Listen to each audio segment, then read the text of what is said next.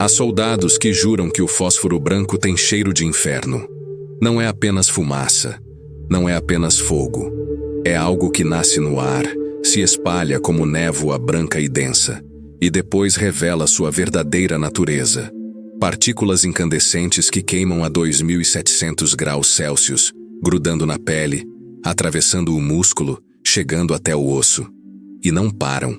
Mesmo debaixo d'água, mesmo coberto de terra, o fósforo continua queimando.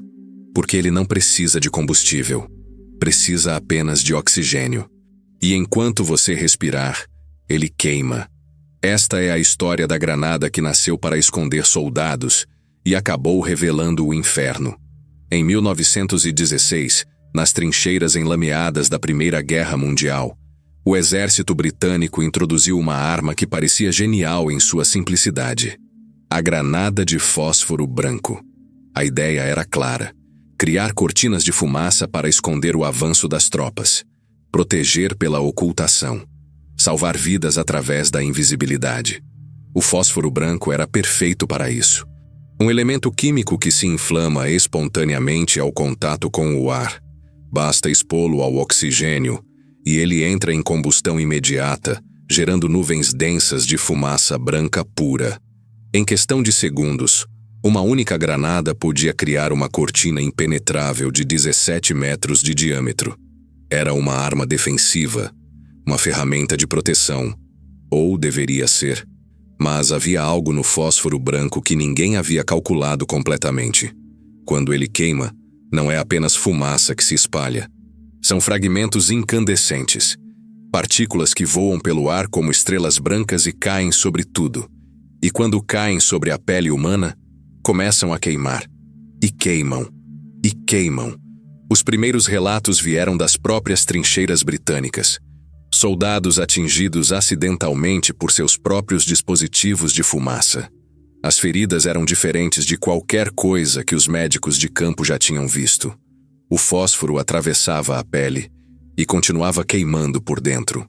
Remover os fragmentos era quase impossível. Mesmo depois de extraídos, se um pequeno resíduo permanecesse no tecido e fosse exposto ao ar durante a troca de curativos, a queimadura recomeçava. Havia algo profundamente errado com uma arma que não podia ser apagada. Mas a guerra continuou, e o fósforo branco também. Em 1942, quando os Estados Unidos entraram na Segunda Guerra Mundial, a granada M15 de fósforo branco já estava em produção. Cilíndrica, feita de chapa de aço calibre 18, pintada de cinza com uma faixa amarela. Pesava 880 gramas. Dentro dela, 425 gramas de fósforo branco puro.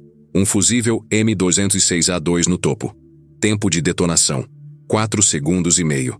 Oficialmente, a M15 era uma granada de fumaça, destinada a criar cortinas de proteção, a ocultar movimentos de tropas, a marcar posições para a artilharia. Era isso que dizia o manual de campo FM 2330. Mas os soldados que seguraram a M15 pela primeira vez sentiram o peso diferente. Sentiram a densidade. E alguns, os mais atentos, perceberam uma coisa estranha. A M15 era muito mais pesada que a granada fragmentária Mark II padrão. Quase 2 vezes mais pesada. Aquele peso extra mudaria tudo. Maio de 1944. Ilha de Biak, Nova Guiné Holandesa. A ilha tem 72 quilômetros de comprimento por 32 de largura. Coral morto, falésias calcárias, selva densa e cavernas. Centenas de cavernas naturais esculpidas pelo tempo no coral poroso. Algumas pequenas como cômodos, outras enormes como catedrais subterrâneas. Os japoneses transformaram Biak em uma fortaleza viva. O coronel Naoyuki Kuzumi comandava a guarnição de mais de 11.000 homens. Ele estudou o terreno e tomou uma decisão radical: não defender a praia. Deixar os americanos desembarcarem sem oposição. Atraí-los para o interior. E então revelar a armadilha. As cavernas foram fortificadas. Posições de metralhadoras com campos de tiro entrelaçados. Morteiros ocultos em aberturas invisíveis da selva. artilharia de 75 milímetros escondida em bocas de cavernas com paredes de coral de quase 1 metro de espessura. Cada posição apoiava outras 2. Cada caverna tinha múltiplas saídas. Não eram apenas bunkers, era um organismo vivo de pedra e morte. E havia 3 campos de aviação. Mockmer, com pista de 2.438 metros. Borokói e Sorido, ambos com 1.371 metros. Pistas de coral compactadas, capazes de receber bombardeiros pesados. Quem controlasse Biak controlaria o céu sobre a Nova Guiné Ocidental. E quem controlasse isso estaria a 800 quilômetros das Filipinas. Em 27 de maio de 1944, a 41ª Divisão de Infantaria dos Estados Unidos desembarcou em Biak. Ao meio-dia, 12.000 homens estavam em terra. 12 tanques Sherman, 29 peças de artilharia de campo, 500 veículos, 2.400 toneladas de suprimentos. A operação tinha nome de código, Furacão. O planejamento estimava 1 semana para tomar a ilha. A resistência inicial foi leve, tão leve que alguns oficiais especularam que os japoneses haviam evacuado. Foi um erro fatal de interpretação. Quando o 162º Regimento de Infantaria avançou em direção ao campo de aviação de Mockmer, a ilusão desmoronou. De repente, das elevações baixas e dos penhascos acima, veio uma tempestade de aço. Metralhadoras tipo 92, morteiros, artilharia. Os homens se jogaram no chão. Alguns nunca se levantaram. A armadilha tinha se fechado. E foi então que os americanos descobriram o verdadeiro problema. As cavernas eram quase imunes a tudo que eles tinham. A artilharia rebatia no coral sólido. Morteiros explodiam do lado de fora sem causar dano. Tanques não conseguiam elevar seus canhões o suficiente para atingir as aberturas nos penhascos. Restavam as granadas de mão. A Mark II, a abacaxi padrão americana desde 1918, era uma granada fragmentária mortal em campo aberto. Seu corpo de ferro fundido serrilhado se estilhaçava em dezenas de fragmentos letais com raio de morte de 10 metros. Mas contra as cavernas de Biak, a Mark II revelou uma fraqueza fatal. Ela ricocheteava. O corpo redondo, o peso leve de apenas 595 gramas, a tendência a quicar em superfícies duras. Tudo conspirava contra sua eficácia.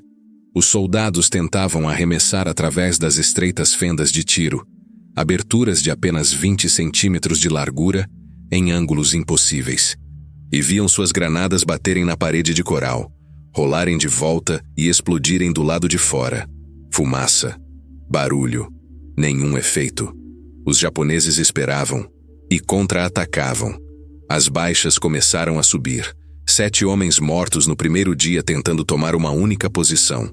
12 feridos em outro ataque. Os números não fechavam. A divisão tinha identificado mais de 200 posições fortificadas só na área dos campos de aviação. A matemática era simples e brutal. Naquele ritmo, tomar Biak custaria milhares de vidas americanas. Mas dentro das caixas de munição, junto com as Mark II, havia outro tipo de granada. Cilíndricas, cinza com faixa amarela, marcadas WP, White Phosphorus, fósforo branco, granadas de fumaça. Oficialmente não eram armas ofensivas. A descoberta não foi dramática. Não houve um momento de epifania genial. Foi algo muito mais simples, necessidade física. Um soldado, não sabemos seu nome, os registros não guardam essa informação, segurava uma M15. Talvez por curiosidade, talvez porque as Mark II tinham acabado, talvez porque ele simplesmente quis sentir o peso. E sentiu. 880 gramas, quase 50% mais pesada que a Mark II. O centro de gravidade mais baixo, a forma cilíndrica, não esférica. Quando ele a sopesou na mão, algo clicou em sua mente de soldado. Um conhecimento intuitivo que não vem de manuais, mas de incontáveis arremessos em treinamento. Essa granada não vai ricochetear. A física era óbvia, uma vez percebida. O peso extra significava mais inércia. A forma cilíndrica significava menos tendência a rolar.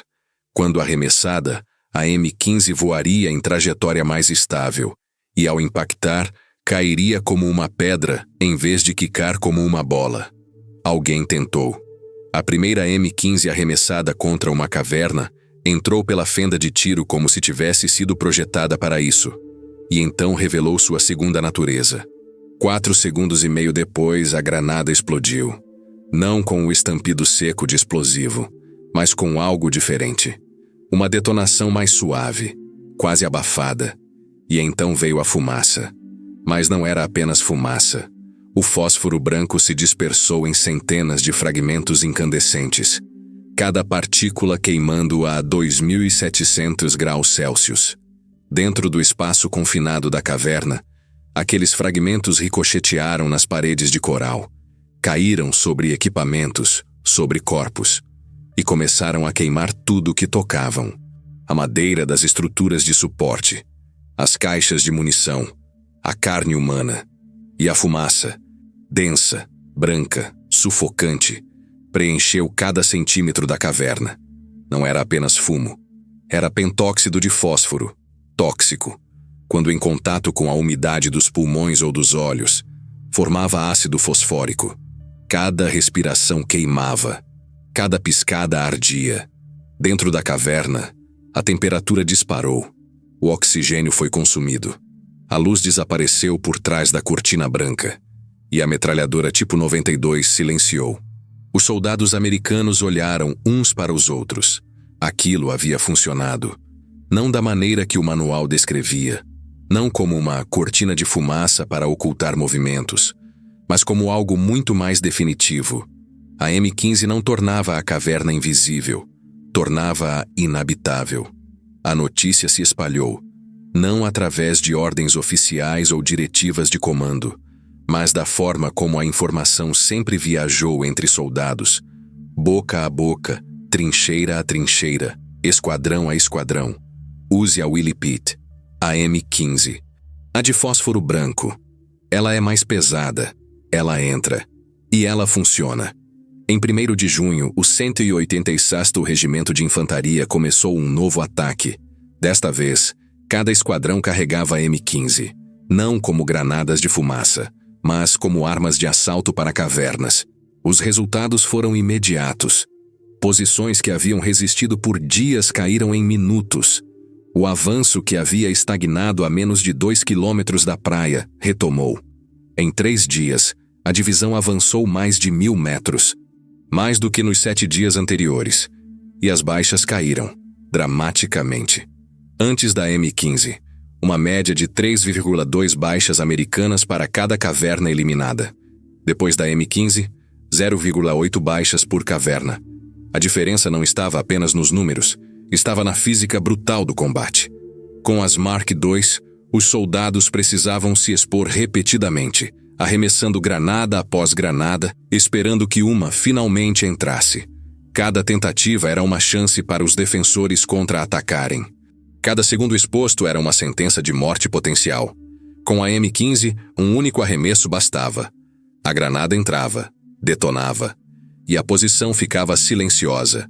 Não havia glória nisso, não havia heroísmo cinematográfico. Era apenas a mecânica fria de matar eficientemente. 2 de junho de 1944. Assalto ao campo de aviação de Mockmer. Este era o objetivo estratégico. 8.000 metros de pista de coral compactado, cercados por 68 cavernas fortificadas, cada uma com campos de fogo sobrepostos, cada uma capaz de massacrar qualquer força de ataque. O 166º Regimento de Infantaria recebeu a missão. Agora, cada esquadrão tinha suprimento completo de M15. Os soldados sabiam o que fazer. O ataque começou às 6 da manhã. Barragem de artilharia preparatória. Depois, o silêncio. E então, o avanço. Os homens se moviam em saltos curtos. Uma equipe de fogo dava cobertura enquanto a outra avançava. Doutrina padrão de infantaria. Mas com uma diferença crucial. Eles não estavam desperdiçando granadas em tentativas falhas. 30 metros de uma caverna. O líder de esquadrão identifica a fenda de tiro. Calcula o ângulo. puxa o pino de uma M15. 4 segundos e meio. Ele arremessa. A granada entra limpa. A explosão. A fumaça branca jorrando de cada abertura. O calor. O silêncio. Avanço. Próxima caverna. Mesma técnica. Mesmo resultado. Em algumas posições, os soldados usavam 2 M15. Uma pela abertura principal. Outra por uma abertura de ventilação lateral, criando pressão cruzada de fumaça tóxica e fragmentos incandescentes que não deixava espaço para respirar, para ver, para lutar. Às 14 horas do dia 2 de junho, o perímetro do campo de aviação estava seguro. 8 horas para um objetivo que os oficiais de Estado-Maior haviam estimado em 3 dias. Baixas americanas, 19 feridos, 3 mortos, baixas japonesas, mais de 400 mortos. Os sobreviventes fugiram para sistemas de cavernas mais profundos. A análise estatística era inegável.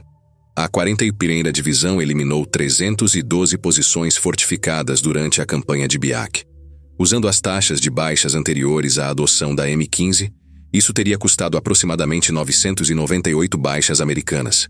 Com as taxas posteriores, o número real foi 249. A M15 havia salvado cerca de 749 vidas americanas, apenas em Biak. Mas há um outro lado nessa equação. Um lado que os relatórios de ação não capturam. Um lado que só aparece nos relatos capturados, nos diários encontrados junto aos corpos. Tenente Takeshi Yamamoto, oficial japonês, 200º Iwusin do Regimento de Infantaria. Seu diário foi recuperado em 15 de junho. A última entrada, datada de 12 de junho. O inimigo agora usa armas de fogo químico contra nossas posições nas cavernas. A fumaça branca enche os túneis e torna a respiração impossível. O calor é insuportável. Os homens não conseguem permanecer em seus postos. Esta é uma arma terrível que derrota nossas defesas mais fortes. Sargento Masao Yoshida, capturado em 18 de junho durante interrogatório. Quando as granadas de fogo branco entram na caverna, não há defesa. A fumaça preenche cada espaço. O calor queima a pele mesmo sem tocar a chama. Os homens devem escolher entre ficar e morrer pela fumaça ou sair e morrer pelos tiros americanos. É uma arma que torna nossas posições mais fortes e inúteis. Não há romantismo em queimar vivos. Não há glória em sufocar em fumaça tóxica. Não há honra em morrer com a pele derretendo a 2.700 graus. Há apenas a física brutal do fósforo branco fazendo o que o fósforo branco faz: queimar tudo até consumir-se completamente. A técnica se espalhou por todo o Teatro do Pacífico. Em agosto de 1944, a 1ª Divisão de Fuzileiros Navais adotou as M15 para assalto a cavernas durante a campanha de Palau. A 96ª Divisão de Infantaria usou o mesmo método em Okinawa, em 1945. Os manuais de campo foram silenciosamente revisados. Um parágrafo adicionado, enterrado em um apêndice, sobre métodos alternativos de emprego de granadas de fumaça em circunstâncias especiais. O manual nunca chamou a M15 de arma ofensiva. Oficialmente, continuava sendo uma granada de fumaça. Mas os números de produção contam outra história. 1943, antes da campanha de Biak, 2,1 milhões de M15 produzidas. 1944, 6,8 milhões. 1945, 11,2 milhões. Os documentos de aquisição ainda as classificavam como granadas de fumaça. Mas todos sabiam para que realmente serviam.